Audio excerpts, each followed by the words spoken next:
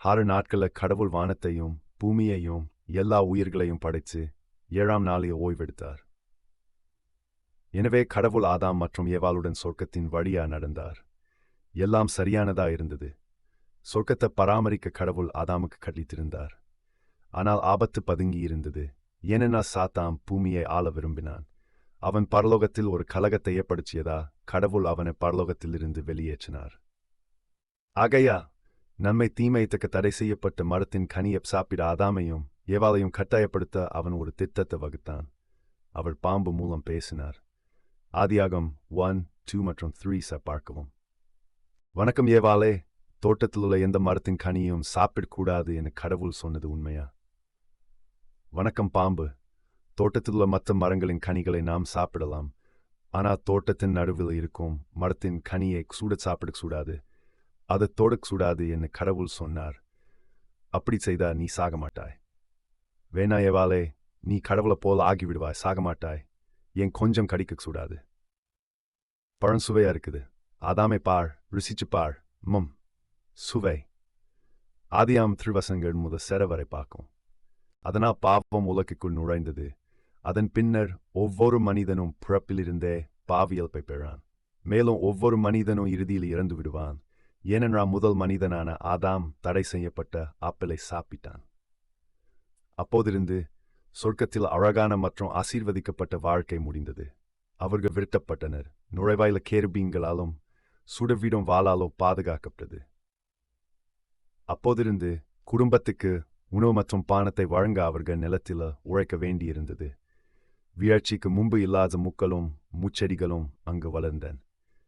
தண்டனையா பாம்பு கால்கள் மற்றும் இறக்கைகள் இல்லாமல் தனது வாழ்க்கையை வாழ வேண்டியிருந்தது. ஆதியாகமம் 1, 2 மற்றும் 3 பார்க்கவும். அந்த நாட்களில் பூமியில நெப்லிம்கள் அல்லது டைட்டங்கள் என அழைக்கப்படும் ராட்சதர்கள் இருந்தனர். அவர்கள் கடவுளின் காவலாளிகளின் சந்ததியினர். அவர்கள் எதிர்காலத்தில் வாக்குறுதியளிக்கப்பட்ட மேசியாவின் பிறப்பை தடுக்க மனித பெண்களுடன் மரபணு ரீதியாக கலந்ததன் மூலம் பயங்கரமான பாவம் செய்தனர். ஆனால் கடவுள் இதை பற்றி மிகவும் கோபமடைந்தார். மக்கள் கெட்ட காரியங்களை செய்தார்கள். கொலை, சபித்தல், நரமாமிசம், அமானுஷ்ய பழக்க வழக்கங்கள், பாதி மனிதனாகவும் பாதி மிருகமாகவும் படைப்புகள், சிலைகளை வணங்குதல் போன்றவை.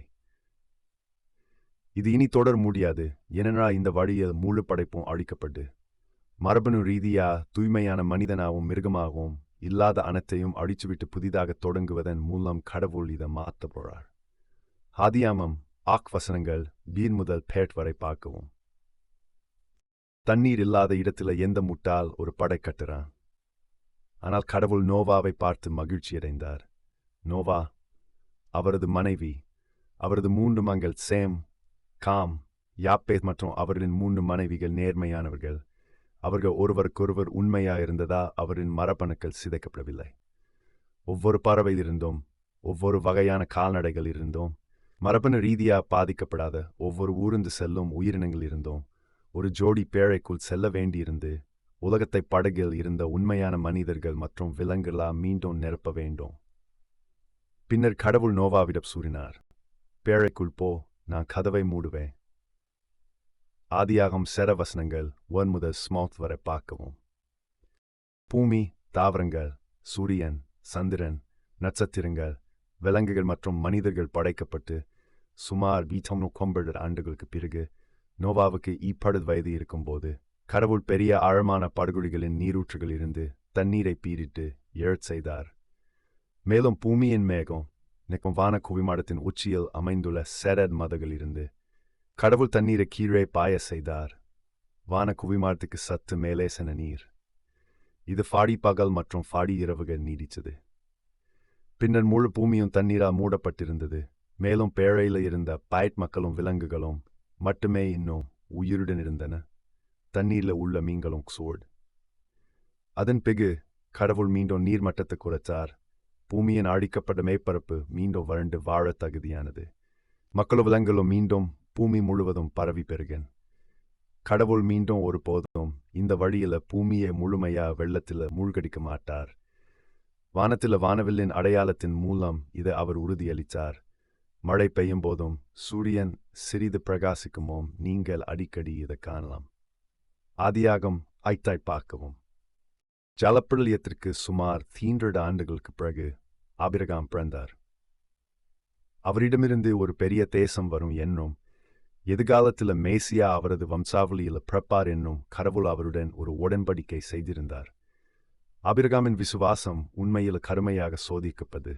ஏனெனில் அவருக்கு 19 வயதாக இருந்தபோது அவருக்கும் அவரது மனைவி 39 வயதான சாராளுக்கும் இன்னும் குழந்தை இல்லை. ஆனால் ஒரு வருடம் கழித்து ஈசாக்கு பிறந்தார். பின்னர் ஈசாக்குக்கு யாக்கோபின் மகன் பான். ஆதியாம்பொஸ்தியும் பேவரைப்பாகவும். இங்கே நீங்கள் இஸ்ரவேலின் நோமாவ் கோத்திரங்களை காண்கிறீங்க.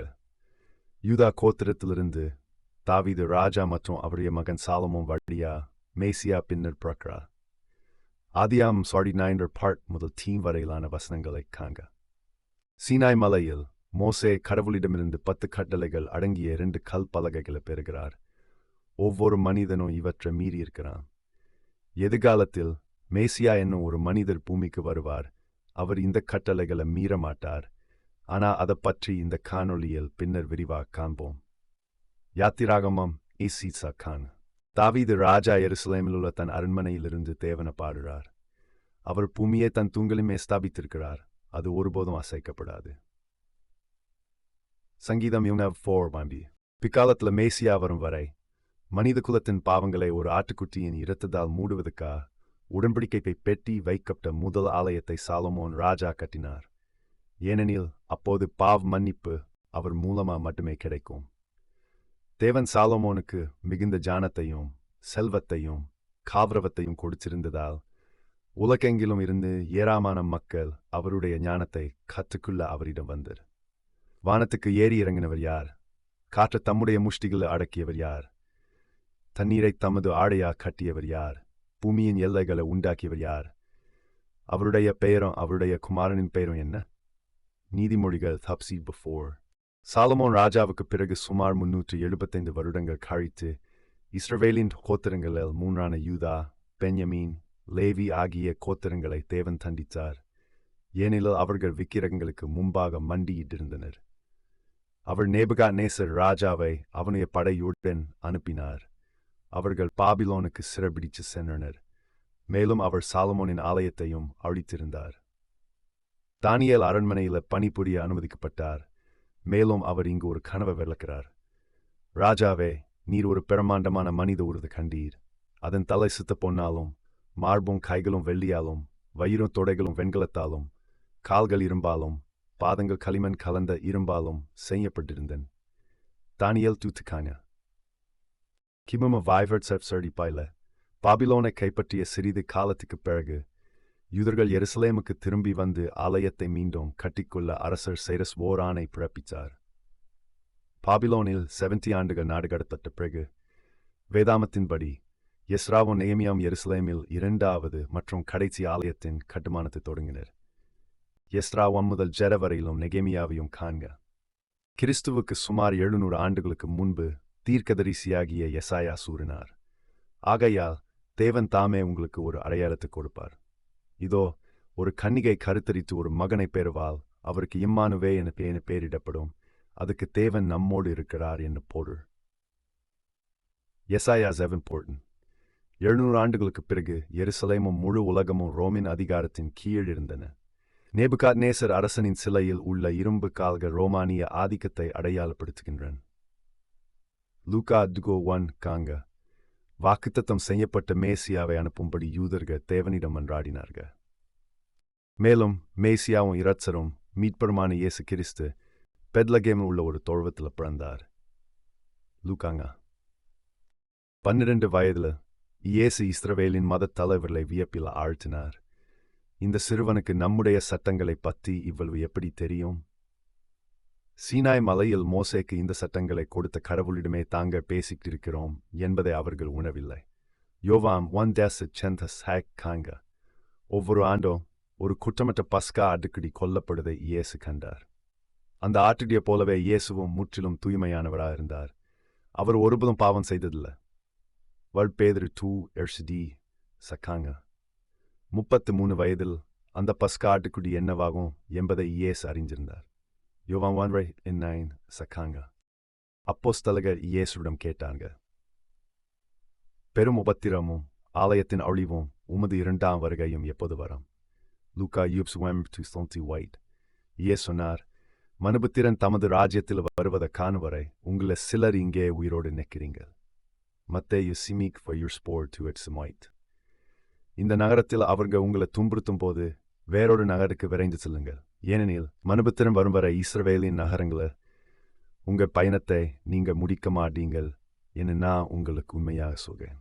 மத்தேயு அவர் படைத்த மக்கள் அவரை வெறுத்தார்கள். அவர்கள் தேவகுமாரன் மீது துப்பினார்கள். தம் தூதர்களை தடுத்து நிறுத்தி கொலைவெறி கொண்ட கும்பல் தன்னை சிலுவையில் அறைய அனுமதித்தார். இவையெல்லாம் இருந்தபோதிலும் அவர் அவர்களை நேசித்து மன்னித்தார். லூக்கா 33:4. அவர் மரித்தபோது நம்முடைய பாவங்களை கழுவதற்காக அவருடைய பரிசுத்த இரத்தம் முழுவதும் வழிந்தோடியது. தேவன் மனிதுலத்தை மிகவும் நேசித்தார். அதனால் அவர் தம்முடைய ஒரே குமாரனாகிய இயேசுவை கொடுத்தார். அவரை விசுவாசிக்கிற எவனும் பாதாளத்தில் கெட்டுப்போகாமல் பரலோகத்தின் நித்திய ஜீவனை பெறுவான். யோவான் 3:10. 3 நாட்களுக்குப் பிறகு அவர் மரிச்சோரிலிருந்து உயிர் செழுந்தார். இவ்வாறு நாம் பரலோகத்துக்கு செல்வதற்கான ஒரே வழியை தெளிவுபடுத்தினார். பேரரசர் நீரோ, மிருகம் எனும் அந்தி கிறிஸ்து, எபிரேய மொழியில் கெமாட்ரியா கணக்கீட்டின்படி அவனது பெயரின் எண் 666 ஆகும். மக்கள் பலிபீடத்தின் சாம்பல் போன்ற மிருகத்தின் முத்திரையை தங்கள் கையிலோ அல்லது நெற்றியிலோ பூசிக்கொள்ளவில்லை என்றால் அவர்கள் எதையும் வாங்கவோ விற்கவோ சந்தைக்குள் நுழையவும் அனுமதிக்கப்படவில்லை. மேலும் அவர்கள் மிருகத்தின் உருவத்தின் முன் தலை வங்கவோ மண்டியிடவோ இல்லை என்றார். கிபி 70க்கும் 76 ஆண்டுக்கும் இடைப்பட்ட பெரும் உபத்திரவ காலத்தில் அவர்கள் கொல்லப்பட்டனர், தீக்கிரையாக்கப்பட்டனர், சிங்கங்களுக்கு இரையாக்கப்பட்டனர். முதலியன்.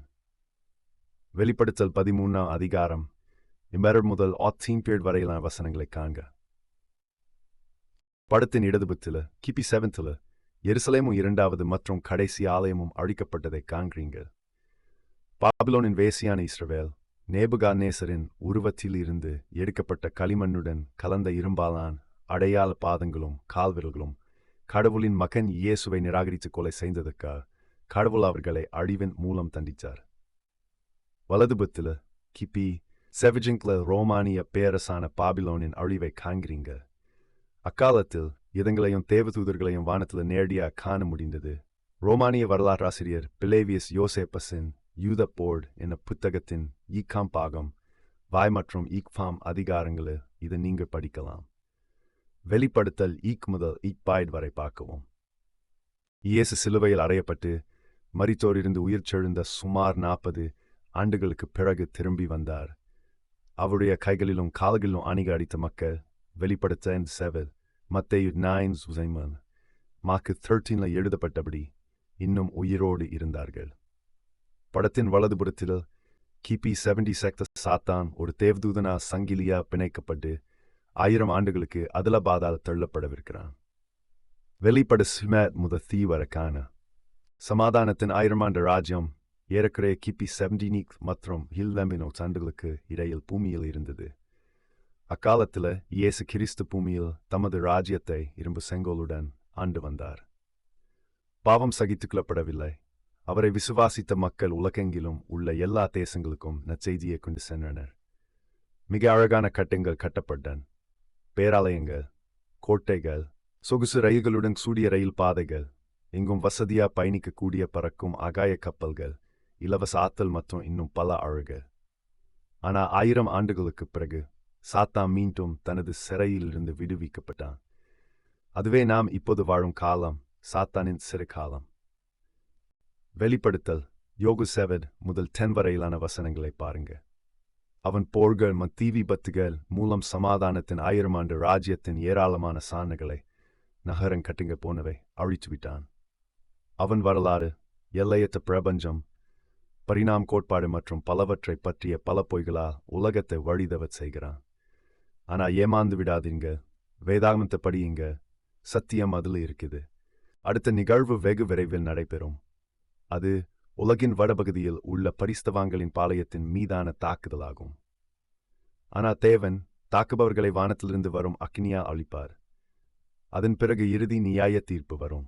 ஒவ்வொரு மனிதனும் தேவனுக்கு முன்பாக தோன்றுவான். வெளிப்படுத்தின விசேஷம் ஓடுமெவர் முதல் 13 வரையிலான வசனங்களைக் காண. அன்னு லட்சணக்கான மக்கள் அதிர்ச்சியடைவாங்க.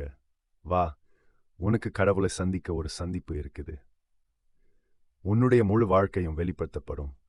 உன்னுடைய ஒவ்வொரு கள்ள உறவு செயலும் வெளிச்சத்துக்கு வரும். யாரும் கண்டுபிடிக்க மாட்டார்கள். எப்படியும் உன் கணவர் தொழில் விஷயமாக பயணத்தில் இருக்கிறார். சியோ, அது நான் தான். படத்தை நிறுத்துங்க. ஜூன் 10 அன்று உங்கள் முதலாளியிடமிருந்து திருடினீங்க. மே 2 அன்று உங்க சகோதரியிடம் போய் சொன்னீங்க. மார்ச் 19 அன்று ஒருவர் மீது போய் குற்றம் சாட்டினீங்க. பிப்ரவரி 17 அன்று சபித்தீங்க. செப்டம்பர் கான் ஒருவரை ஏமாத்தினீங்க.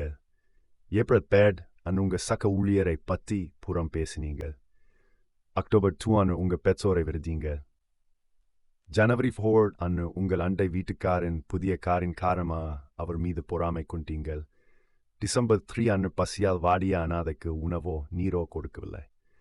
இவை எல்லாவற்றையும் குறித்து ஏன் யாரும் எனக்கு எச்சரிக்கை செய்யவில்லை?